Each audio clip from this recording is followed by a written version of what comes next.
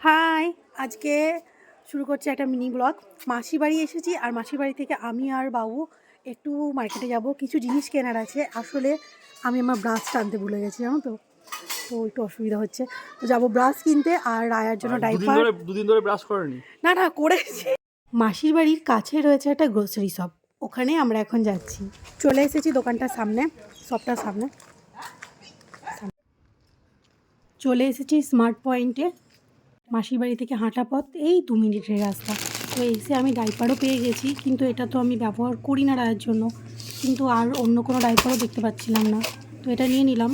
তারপর আমি এই দিকটায় এসে দেখি এখানে আমি যেগুলো ব্যবহার করি সেগুলো সব এখানে রয়েছে। তো যাই হোক, ডাইপারটা আমি তখন চেঞ্জ করে নিয়েছি।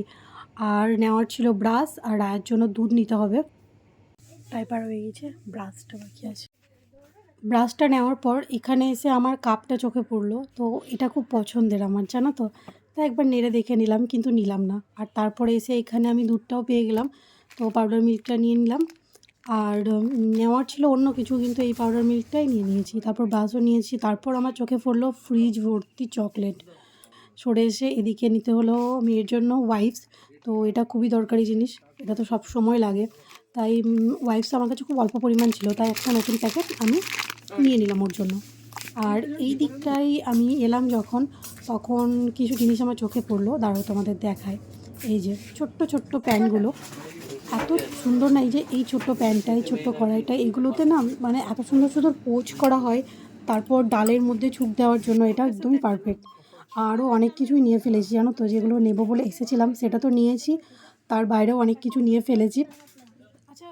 ব্রাশ, তারপর বিস্কিট, কলগেট, চকলেট, অনেক কিছু নিয়ে ফেলেছি। তো যাই হোক, এখানে আমাদের শপিং তো হয়ে গেছে। এবার আমরা বাড়ি ফিরবো।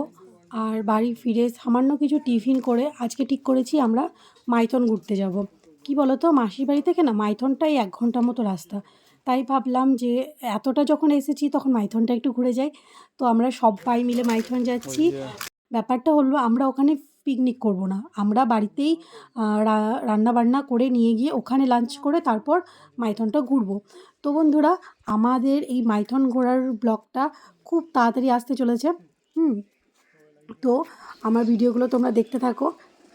তো বন্ধুরা, আমার মিনি ব্লগটা আমি এখানেই শেষ করছি। আমার ভিডিওগুলো ভালো লাগলে অবশ্যই একটা লাইক করবে, আর আমার চ্যানেলটা এখনও সাবস্ক্রাইব করা না থাকলে প্লিজ সাবস্ক্রাইব করে দেবে। আর আমার আসানসোলের ব্লগগুলো দেখতে হলে অবশ্যই আমার চ্যানেলে ফলো করবে। Tata, by.